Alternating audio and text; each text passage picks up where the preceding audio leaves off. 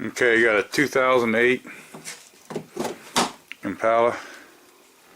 And here's what happens. You hear that? It's louder back in there. I think it's the recirculating door, door actuator.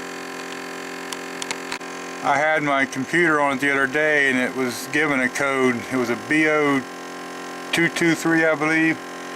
I'll put a screenshot of that in here somewhere. And it was saying a recirculating door, and it's back up behind his glove box. So I'm going to take everything out of here and get that glove box down and then see if we can actually, we should be able to reach up there and feel it. So the first thing we did was take everything out of the glove box. I'm going to throw that in the back seat. So up here on top of the glove box, see that little pin, you can push down or push up on this either way.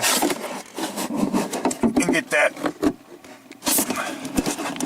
I might need two hands. But anyway, you can either push the top up or pry this down a little bit to clear them pins, and then the glove box will swing down, dumping everything out. Now if you look in the glove box, or behind the glove box, see the piece. But that's the piece we're going to change, and when it's making that noise, you can reach your hand back there and feel that, and you can feel the noises coming from that actuator. So, taking the glove box down like that gives you some room, but I'd like to have some more room, so I'm going to try to pull the pins out of the hinges. Now what I did was I just grabbed the very end of that pin that was sticking out over here and just wiggled it and pulled it, and that's one pin out of the way. Now this one here is going to be from this side. You're going to hook it right here.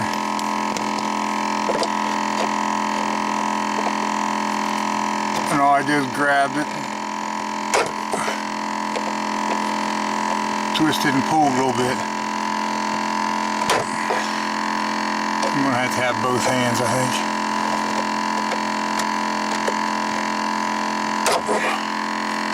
See, it's starting to come, but very slowly. Now with that out of there, that gives you a lot of room. On those pins, they're kind of splined on the ends. So you're not twisting them to rotate them. I just barely move it back and forth a little bit to try to help myself pull. You don't want to try to spin them in there, but just basically pull straight out. See, that opens up some things some more. So what I'm going to do is try to get the wire off, and then we'll try to unbolt them two bolts. That's more like what they sound like a lot. I just moved it and now it's clicking. That's more of the sound you'll hear usually when they go bad. And see that piece on the side, it clips over the little notch. I just put a screwdriver in there and pushed it out a little bit. You gotta be careful because those will get brittle over time and you just want to go far enough. But I just took the screwdriver in there and popped it open. So now we got the wire loose. You might want to inspect, make sure that looks good. And now I can see a bolt up there and a bolt here. I don't know if there's 2 or 3 bolts in it, but we're going to take those two out and find out.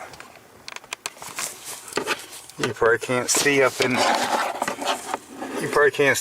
there, but I got that little yellow no-handled ratchet on a, I think it's a 6mm socket. I got one of them out.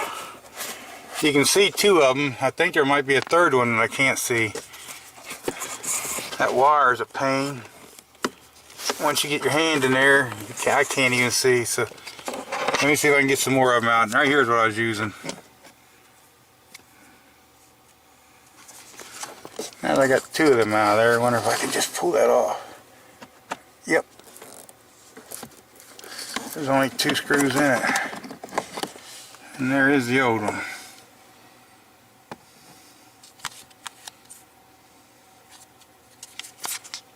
We have a new one. Here's a new one. Now, see there's a D shaped in this. Here, let me get up out of here. See, there's a D shape. There's two flat spots, and notice they're completely different. So your first thought would be, well, let's just turn this. Don't. Do not turn that. See where that's at? See where this is at? One's open and one's closed. So we need to make it so it's like this one. I don't know if you're going to be able to see it or not, but right back there is a shaft. You want to be able to put your hand on that and turn it anyway and make sure it feels free, because if it's not free to turn, it's going to mess up your new one, your new actuator. So reach back there and turn that to the flats or the way they are, or you can put the new one over it and turn it and then make the bolt holes line up. But you want to turn that blend door piece instead of the piece in the actuator. There you can kind of see it. It's kind of blurry, but you can see it.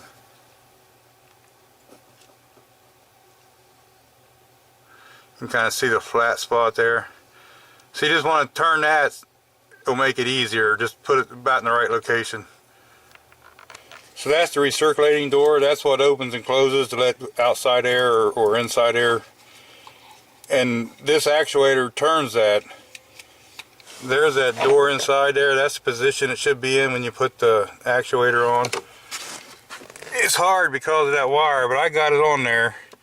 You can see that one bolt right up here I've got in there, but I don't have it tight. Then the other one up here on the top, you can see it sticking out. I got it started by my hand. So I'm going to go ahead and use this and run them in there snug. Don't over tighten them. It's just going in the plastic. Just snug's all you need. Now see the little bump on the connector? That's what this little piece here on the side fits over top of. Now we're going to push this down on the new one, and this will pop on into place. If you take on a GM and just turn the key on and touch nothing, you'll hear everything. Should relearn everything. Now to test it out, I'll hit it, put it in air conditioning, and it's on open outside air, and when I hit this other button, you'll see that door close up there.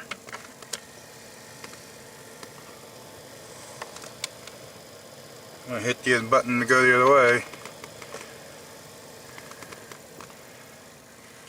The other one had the gears inside of it, must be stripped or something, and wasn't doing that. So that's pretty good and silent. So what I'm going to do now is hold the glove box up here and put the pins in, and then we'll be pretty much done. Now on this one here, you can just line it up and push it back in.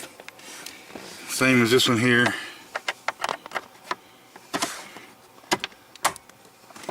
Just got to get it lined up. And just push them pins in a ways. And then we're back to working glove box. So long as you have a small little ratchet thing, you can get your hand up in there. I liked on the driver's seat laying over here, it was easier for me to get to it. I started out with a 6mm and I went to 7/32 because it fit better. But that's really the only thing you should need is this and a little screwdriver to change that door. So you got all these little clips, kind of like the clip that holds the wire in. You can pick these up, kind of almost bend them out of the way. Now they're going to be brittle, so if you're trying to do this and not break them, I don't care if I break one, because this is garbage anyway. Like that, see how easy they are to break. Just take all them and then let's take this apart and see what we get. Oopsie daisy.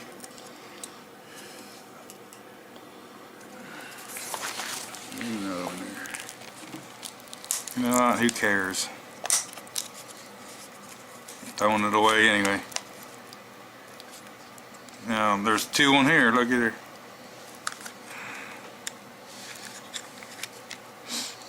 And there's what's in there.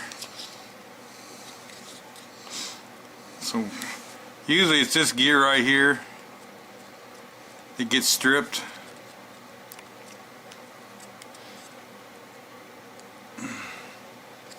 Doesn't look that bad though.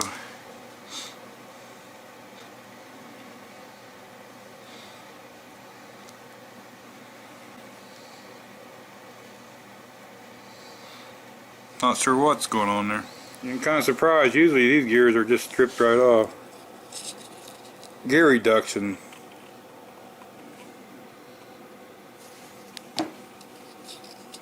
This is the one that goes to the output there.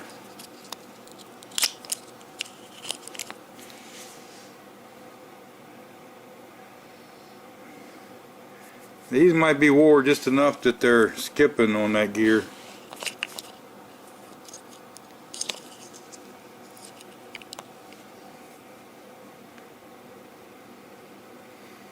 Something was sure making a noise. I really don't see the chewed up gears that I was expecting to see.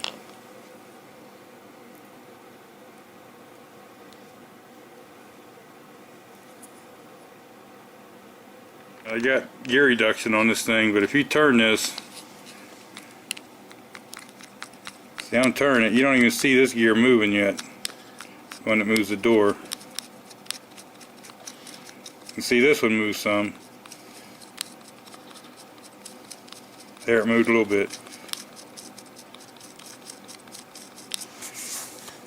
Whenever you turn the key on and off, I could see it moving this, trying to make that door move just a little bit. It would turn one way, and as soon as it went the other way, it would start doing that. So, anyway, the car is fixed. Not sure why this was being so bad. A little duct tape. We put this right back together and probably use her again. Yep.